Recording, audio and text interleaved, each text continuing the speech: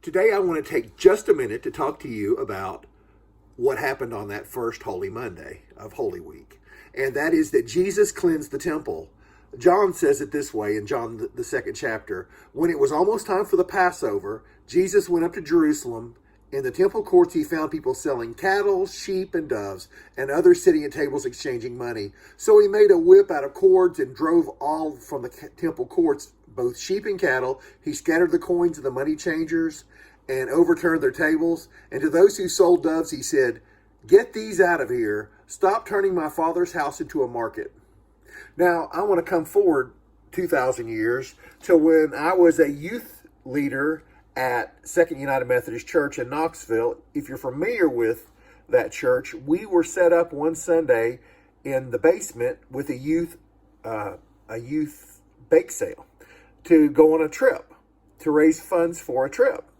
And so a lady came down to us, and she was ready to flip our tables and make a whip out of cords. She said, "Don't turn my Father's house into a marketplace." And I thought to myself, "Oh my gosh, lady, don't you realize that these kids are just trying to go on a mission trip, and she's going to flip over the brownies and the chocolate chip cookies and the cakes." And when you read what the scripture actually says, is Jesus came into the temple, and he saw people profiting off of the temple ritual system. He saw them profiting and taking advantage of people who came to be faithful Jews, who came to buy doves to make sacrifices, to make offerings, to buy a lamb to make a sacrifice, to buy a cow to make a sacrifice. And so they actually were profiting off of the system. It would be like us having to buy our communion or buy the things that have to happen for us to do the rituals of the church. And so when you see a bake sale going on in the church, and we were even in the basement, I couldn't even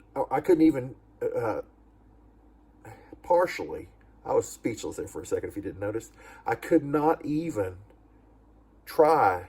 I mean, I tried, but she just was not going to hear it. She really and truly believed that we were just like the money changers and the people selling doves. And it was basically some teenagers selling brownies.